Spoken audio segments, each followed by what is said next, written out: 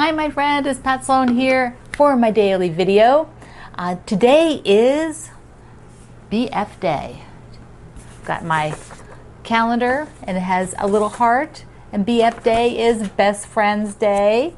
So your best friend, have you made them a quilt? Have you made them a pillow, a mug rug? Have you made a tote bag? I would love to see something that you have made for your best friend. Or best friends, you might have a group of them.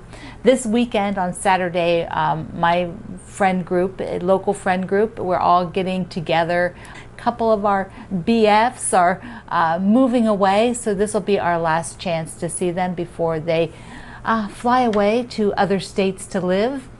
So that's kind of be a little bit sad. We'll miss them a lot, but it's going to be so much fun. It's going to be so much fun to see everybody and hang out. And so today we celebrate our best friends over at my community page, Quilt Along with Pat Sloan. Share your pictures. I'm working on these string blocks the other night, and I thought, you know, I'm doing some things here that you know, I wasn't even aware I was doing. So I thought, oh, it's kind of interesting. So I'm going to show you what I'm doing. Because as I'm making these strips, I don't want to create a lot of extra work for myself. I mean, these are already the cut-off strips, and so I just don't want to add more. So I have a little thought process as I'm working through some of these strips.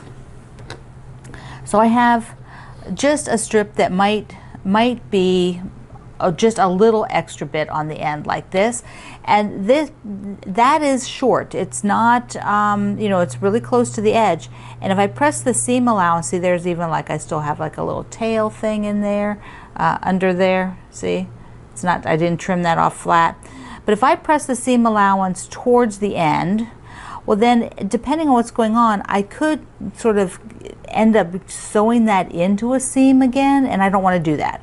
I don't want all that bulk.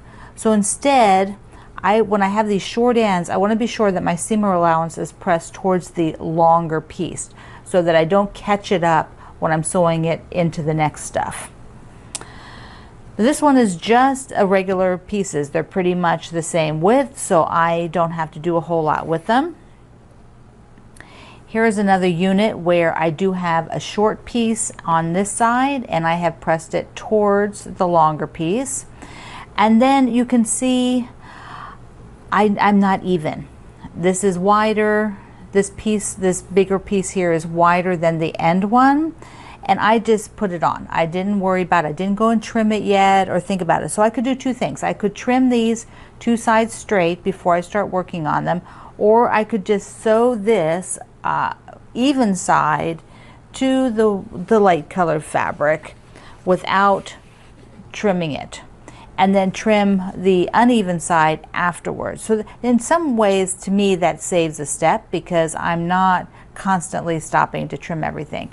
Now, if you are doing that, you do run into a chance that maybe it's not a totally flat, and it may not be as precision as you like, so take that into consideration. This is a really chopped up one. I had tons of small units.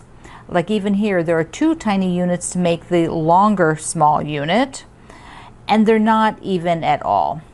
Now I have both of this made up unit in the middle are extending past the pieces on either side of it, so I would go ahead and trim both of these because it starts to get a little bit crazy and messy if I don't.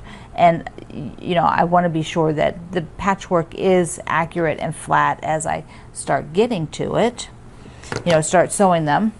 Now another place I'm working on, another one, is getting all of these small pieces sewn together. So I'm trying to take all these little ones and get them into some sort of working unit that I can work with. So this would be a light strip to alternate with a dark strip, but I have to make the right length. Now you can see this guy is angled. Maybe you can't see that there. See, he's angled. He's shorter on this end, so the shorter piece will match here. This wider piece will match at this end, and when I sew them, I don't worry about that triangle. I just put it straight, and that, that goes into the seam allowance. I'm not even going to cut it away. I will eventually then sew this wider end to this other working piece that's in progress. So here is how I'm sort of getting everything together. This will be a tapered strip because it'll be shorter down here. I'll probably cut I'm cutting like about 10-inch units, so like a 10-inch unit. And it won't be totally straight, which is fine. I will work with that and straighten up as I sew some of the things together, so I don't really straighten them up each time as I'm working. I guess that's what the purpose of showing this is, that I will try to straighten up as few times as possible. So I try to sew as much as I can before I feel like, okay, now I need to cut it straight or trim it, because that saves me time. I have a lot of these to sew. There's still a large bin of them, so I don't want to be going too nuts like we all do. So here is a block in progress.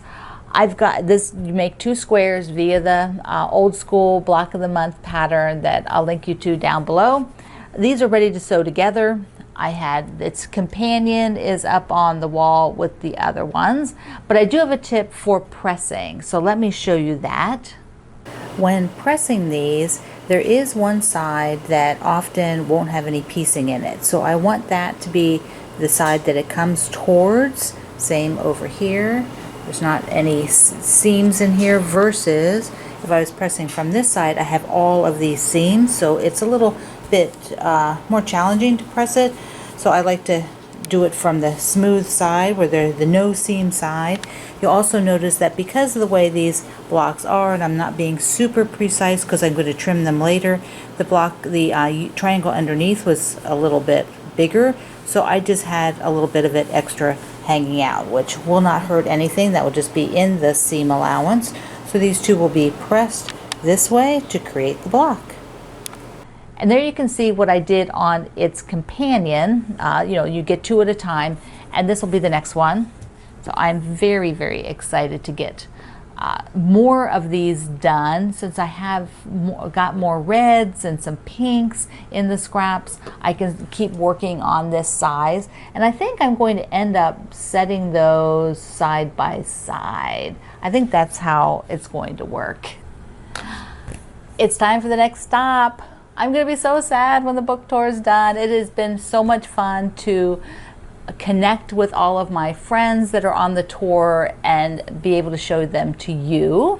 So today we have Shannon and Jason Mullet-Bowlesby. They are a designing couple that has got it all. They've got it all going. No matter what they touch, they do it at an incredible level.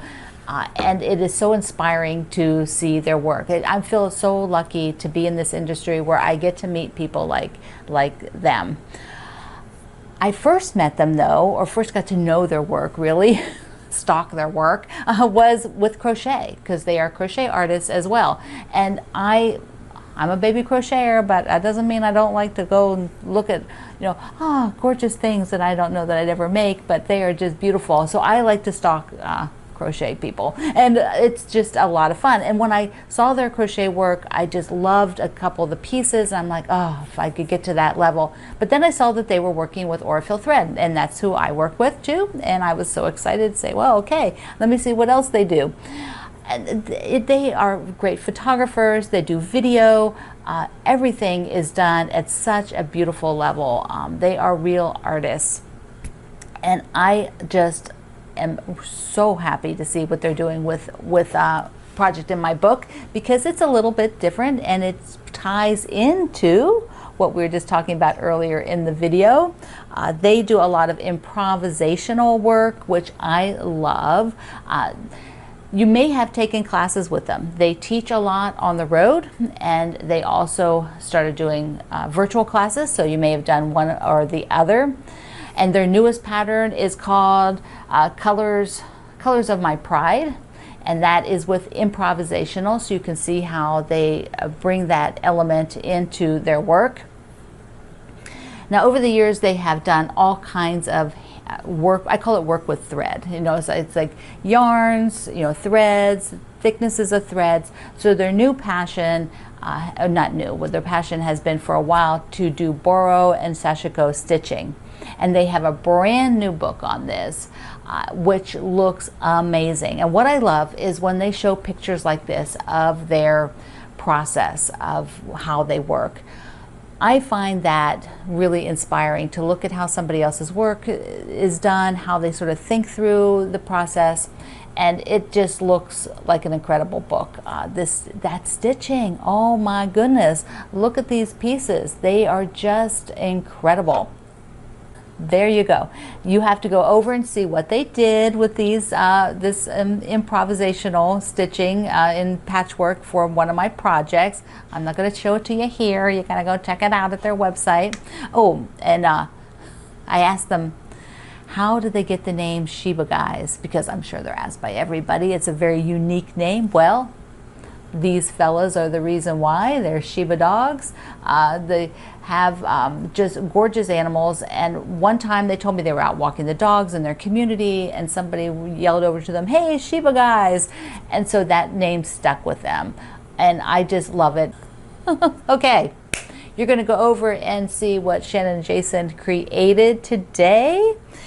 So thank you for being here, my friend. I love you. Mwah. See you online.